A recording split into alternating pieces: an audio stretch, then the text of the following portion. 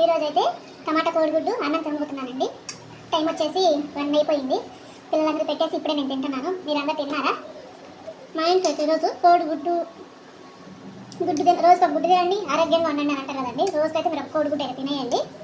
ఇప్పుడైతే నేను తింటున్నాను.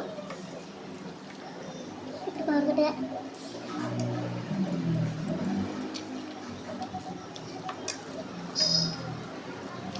తింటారండి మీరు?